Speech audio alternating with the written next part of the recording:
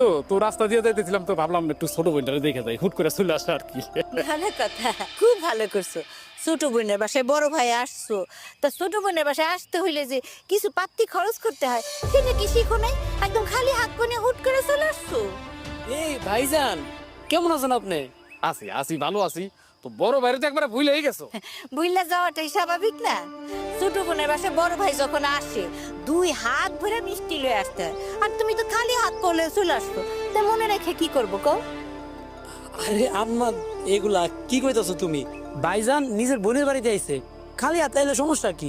কিছু আনতে হবে কেন? ভাইজান, আপনি আম্মার কথা কিন্তু কিছু মনে করেন না। আম্মা আপনার লগে একটু দুষ্টামি করছে, বুঝছেন? হ্যাঁ, বুঝতে পারছি। এই জেরিন, তুমি খারাপ লাগেন, ভাইজানের লগে ভিতরে যাও। হ হ, ভাইজান চলো। তুই আমারে থামাই দিলি কেন?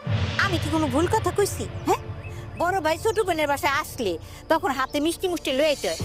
আমার কথা না, আশেপাশের মানুষ যখন দেখবো বারবার খালি হাত পড়লে আহে, তখন মানুষ নানান কথা কইবো। এই কথাগুলি তো তুই শুনোস না, সব আমার শুনতে হয়। আম্মা, এবার কিন্তু আপনি আমার ভাইয়ের অপমান করতেছেন। আমার ভাই যদি খালি হাতে আইসা থাকে তাহলে সমস্যাটা কোথায়? আমার ভাই তো করছে, উনি এত কিছু চিন্তা করে এখানে আসে নাই। উনি আসছিল এখানে একটা কাজে, আর এইখান থেকে যাওয়ার সময় তার ছোট বোনটা দেখতে আসছিল। এখানে সমস্যাটা কোথায় হয়েছে আপনার? এই জেরিন, তুমি খামাখা উত্তেজিত হইও না। এই ভাইজান, আপনি অনেক দূরের থেকে আইছেন, আপনার বিশ্রাম করা দরকার না?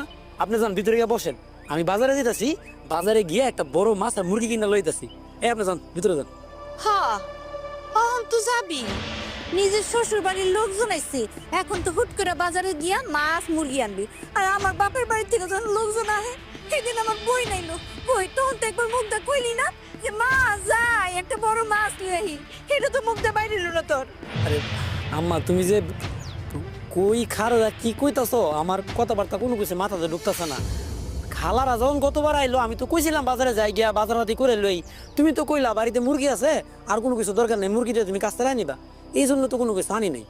যতই থাক না কেন, তারপরও তোর একটা দায়িত্ব ছিল না?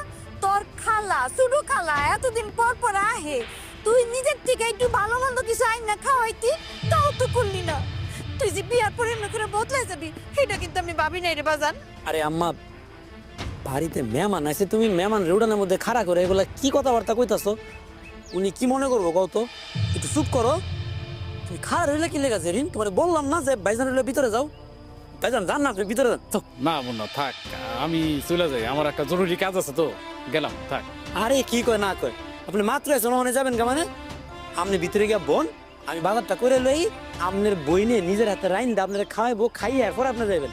তুমি খাড়া রইলা কেন? মানে কইলাম ভাইজান রইলো ভিতরে যাও, যাও ভাইজান, যান গিয়ে ভিতরে গিয়ে বোন, ঠান্ডা নিয়ে গিয়া যান।